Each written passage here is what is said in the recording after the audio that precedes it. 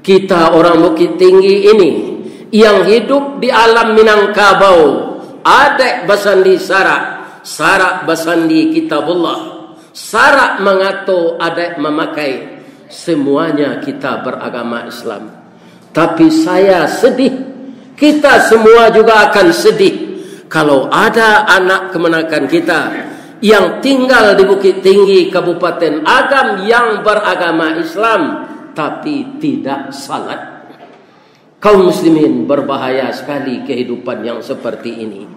Kita mengaku beragama Islam tapi tidak salat. Apa bahayanya? Kata Rasulullah sallallahu alaihi wasallam dalam hadisnya, "Man tarakas shalah muta'ammidan faqad kafara." Siapa yang sengaja meninggalkan salat, dia mengaku Islam, maka kafirlah dia.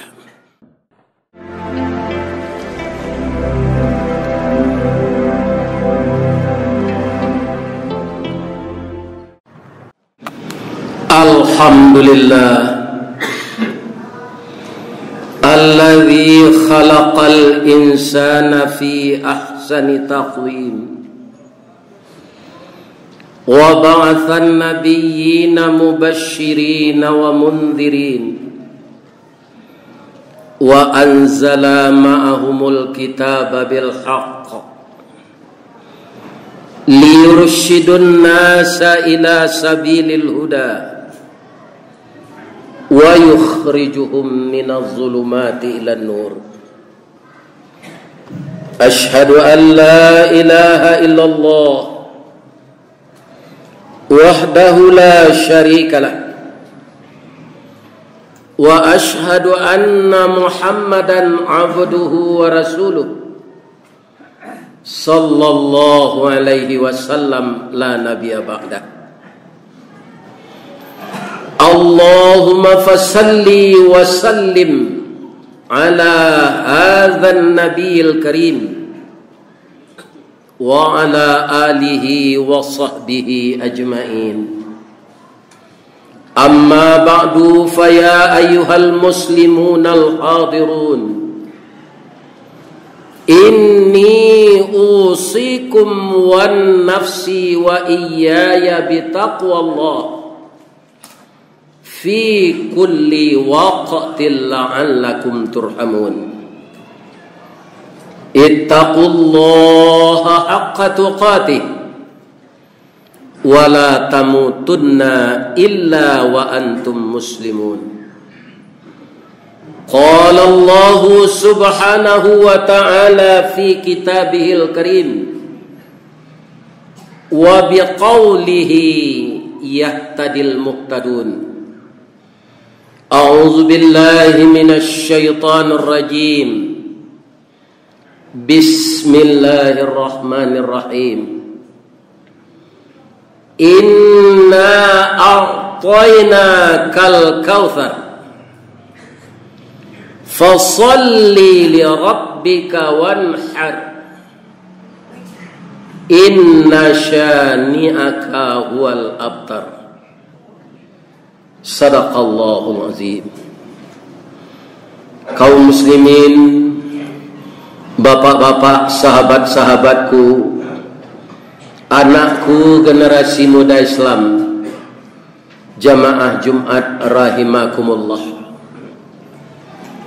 Segala puja dan puji hanya kita peruntukkan bagi Allah semesta alam yang sampai hari ini ari paneh kilau memanca, bayang terserak di udara, jaleh segala puncak gunung, kanai cahayu matahari, singgalang raso mengijo, marapi raso maimbau. Kita yang tinggal di kota Bukit Tinggi ini sebagai Bukit Tinggi Kotorang Agam, sawah bapetak dinan data, ladang bapiriang dinan lereng, buah lado membintang timur, batang rampak daunnya rimbun. Ini merupakan jabaran dari firman Allah kepada kita semua. Inna a'tayna kal kautsar. Sesungguhnya ya Muhammad, engkau dan umatku dan umatmu di akhir zaman, saya beri nikmat yang banyak. Itulah diantaranya yang saya sebutkan yang ada di negeri kita tercinta, Agam dan Bukit Tinggi ini. Kemudian orang sangat suka berkunjung ke kampung halaman kita ini karena daerahnya sejuk. Maka untuk itu, dengan nikmat yang tidak bisa dihitung itu, kita disuruh oleh Allah, fasalli, salatlah engkau untukku. Jangan ada lagi kita orang Bukit Tinggi ini yang hidup di alam Minangkabau, adek basandi sarak basandi kitabullah, sarak mengato adek memakai, semuanya kita beragama Islam. Tapi saya sedih, kita semua juga akan sedih kalau ada anak kemenakan kita yang tinggal di Bukit Tinggi Kabupaten Agam yang beragama Islam tapi tidak salat. Kaum muslimin, berbahaya sekali kehidupan yang seperti ini. Kita mengaku beragama Islam tapi tidak salat. Apa bahayanya? Kata Rasulullah sallallahu alaihi wasallam dalam hadisnya, man tarakas salah muta'ammidan faqad kafara. Siapa yang sengaja meninggalkan salat, dia mengaku Islam, maka kafirlah dia. Saya yakin kalau orang Minang sarak mengato adek memakai tadi, dikatakan orang kafir, dia tidak akan mau. Tetapi ingatlah bahwa orang yang tidak salat, biar orang Minang, biar orang Amerika, biar orang Jepang yang mengaku Islam tapi tidak salat, semuanya kafir, kata Nabi. Nauzubillah min zalik. Untuk itu, mari kita saling menasihati, saling mengingatkan. Mama mengingatkan kemenakan, ayah mengingatkan anak bahwa salat itu adalah tiang agama. Siapa yang meninggalkan salat, dosanya sama dengan meruntuh agama. Kaum muslimin, salah satu salat saja ditinggalkan, salat maghrib, kata Nabi dalam hadisnya, siapa yang meninggalkan satu salat maghrib saja, itu sama dosanya dengan berzina dengan ibu kandungnya. Kaum muslimin, maukah kita dituduh oleh agama dengan meninggalkan salat maghrib kita sama dengan berzina dengan ibu kita? Mungkin kita tidak akan mau. Untuk itu saling mengingatkanlah kita terus. Kalau ada pemuda kita yang di bawah kita, anak kita yang dalam bimbingan kita, jangan biarkan dia tidak salat. Kenapa? Karena anak itu di Minangkabau, anak kandung sibiran tulang kita. Darahnya adalah perpaduan darah kita dengan ibunya. Maka dia buah hati limpo bakuruang, tali niek Labuan Cinto, bintang Sumarak Perhatian. Kalau begitu sebutannya di bahasa Minang, harus kita realisasikan perintah agama. Bertegas-tegaslah kita kepada anak yang meninggalkan salat. Sebab nikmat Allah sangat banyak. Allah meminta hanya fasalli li rabbika, salatlah engkau untukku. Maka salat itu penghubung jiwa kita dengan Allah. Mungkin ada bapak yang cepat datang tadi, Ustaz tadi banyak salatnya. Salat apa? Salat mengkada yang tertinggal. Saya juga muda dulu pak, ati gadang berabu kambang diambui gambuang disok kampi. Saya juga ada meninggalkan salat. Itulah yang saya ingat dalam usia 70 tahun ini. Kata Imam Syafi'i, salat yang tinggal harus diqada. Itulah yang saya lakukan semenjak jam 11:30 tadi. Kaum muslimin, mudah-mudahan dosa saya diampunkan oleh Allah. Jangan biarkan anak kita tidak salat. Yang kedua, wanhar. Ini hari raya korban akan datang. Kalau kita lihat dari ayat tadi itu fi'il amar, wanhar, berkorbanlah engkau. Seakan-akan dalam ayat itu korban ini wajib. Tapi para ulama sepakat bahwa kurban itu adalah sunat muakkad. Kaum muslimin, tidak ada batasan korban itu. Ada orang mengatakan kalau sudah 7 kali menyembelih korban sudah cukup itu, tidak usah ikut lagi. Tidak ada hadis dan ayat mengatakan itu. Selama kita mampu, kita ada duit untuk membeli sapi, maka setiap tahun kita para jemaah ikut berkorban ini. Karena apa? Akar katanya qaraba, yaqrabu, qarban, qaribun. Orang yang berkorban, dia akan karib dengan Allah, dekat hubungannya dengan Allah. Kalau kita dekat dengan Allah, segala permintaan akan mudah dikabulkan. Untuk itu, walaupun amalan ini sunat muakkad, jangan kita sepelekan. Cepatlah mendaftar ke panitia. Karena kalau hari sudah terdesak, sapi juga harganya melangit karena orang berjualan. Dan itu akan menyusahkan panitia. Kaum muslimin, kalau kita mampu tidak mau berkorban, bagaimana kata Nabi? Rasulullah bersabda, man wajada sa'ah, siapa yang ada kesempatan untuk berkorban, lam yutah, tapi dia tidak ikut menyembelih korban itu, tidak ikut berkorban, la yaqrubanna musallana, jangan mendekat ke tempat salat kami hari raya haji itu. Jadi kalau kita mampu, yang tahu itu hanya kita, tidak bisa ditaksir oleh orang lain. Kaum muslimin, Nabi Ibrahim kaya raya, mengorbankan sapi setiap tahun 100 ekor sapi, tapi masih disuruh oleh Allah menyembelih anak yang baru umur 11 tahun. Apa kata ayahnya kepadanya? Karena ayahnya meminta kepada Allah begini dalam surat As-Saffat ayat 100, Rabbi habli minas salihin, berilah saya anak yang saleh ya Allah. Jadi kalau kita berdoa untuk anak, jangan anak jadi pejabat bapak minta, jangan anak jadi orang kaya, jangan anak jadi itu dan ini, tapi mintalah anak yang saleh.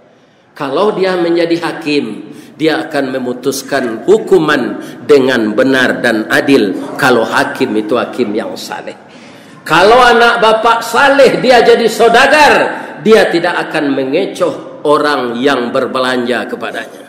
Kalau dia pejabat, wali kota, gubernur, presiden, tapi dia saleh, dia tidak akan menganiaya rakyatnya.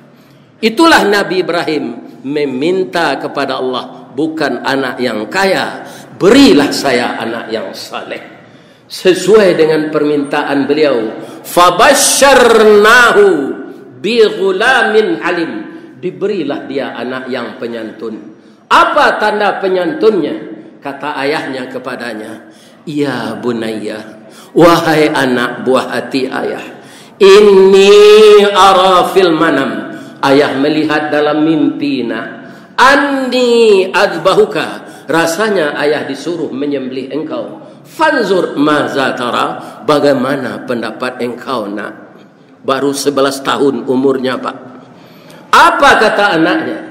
Qala ya abatif'al, ayah kerjakanlah.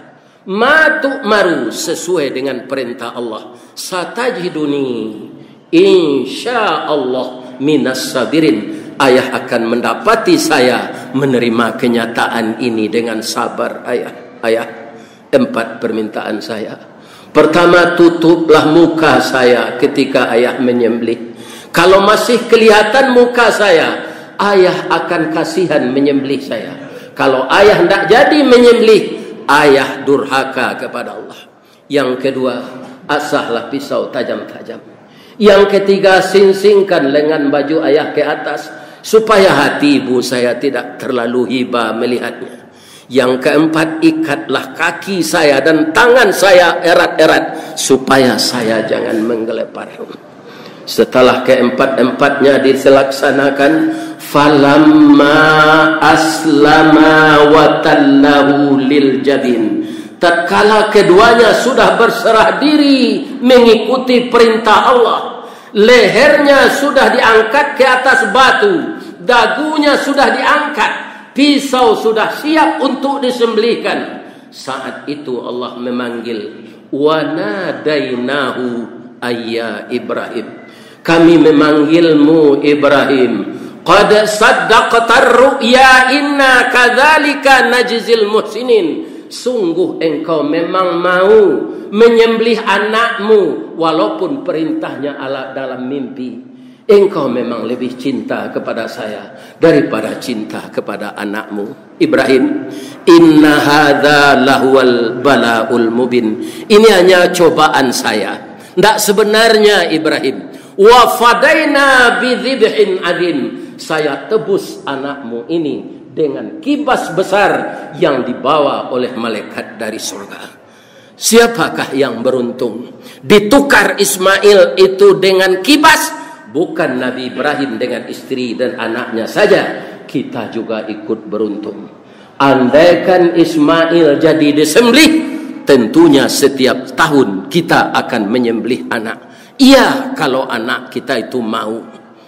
Para jemaah, sekarang tidak anak lagi yang disuruh, tetapi rezeki yang diberikan Allah. Sebahagian kita tabungkan untuk membeli seekor kambing untuk kita sembelih di hari raya haji. Yang lahirnya kita menyembelih kambing, batinnya kita menyembelih sifat-sifat kebinatangan yang ada di dalam diri kita. Mudah-mudahan jamaah Masjid Jami' Berugo, maka ikutlah berkorban, jangan menerima daging saja. Mudah-mudahan rezeki yang diberikan Allah diberkahi untuk kita bersama. Fa'tabiru ya ulil absar la'allakum turhamun.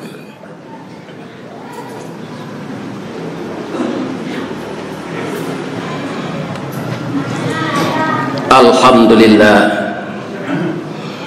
alladzi arsala rasulahu bil huda wa dinil haqq liyudhhirahu 'ala dini kullih wa kafa billahi shahida.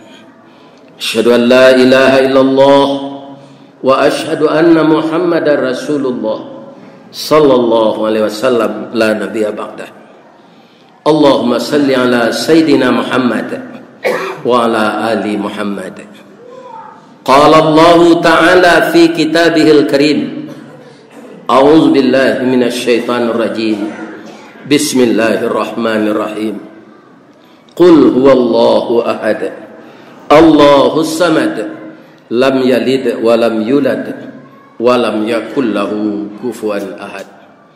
Innallaha wa malaikatahu yusalluna 'alan nabi. Ya ayyuhalladzina amanu sallu alaihi wa sallimu taslima. Allahumma salli ala Muhammad wa ala ali Muhammad kama sallaita ala Ibrahim wa ala ali Ibrahim wa barik ala Muhammad wa ala ali Muhammad kama barakta ala Ibrahim wa ala ali Ibrahim innaka Hamidum Majid.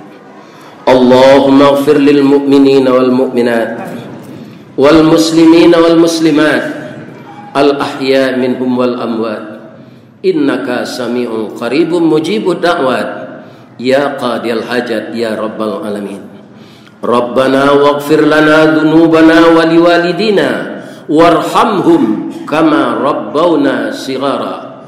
Rabbana hab lana min azwajina wa dhurriyyatina qurrata a'yun waj'alna lil muttaqina imama. Rabbana atina fid dunya hasanah wa fil akhirati hasanah wa qina adzabannar. Walhamdulillahi rabbil alamin. Aqimis salat.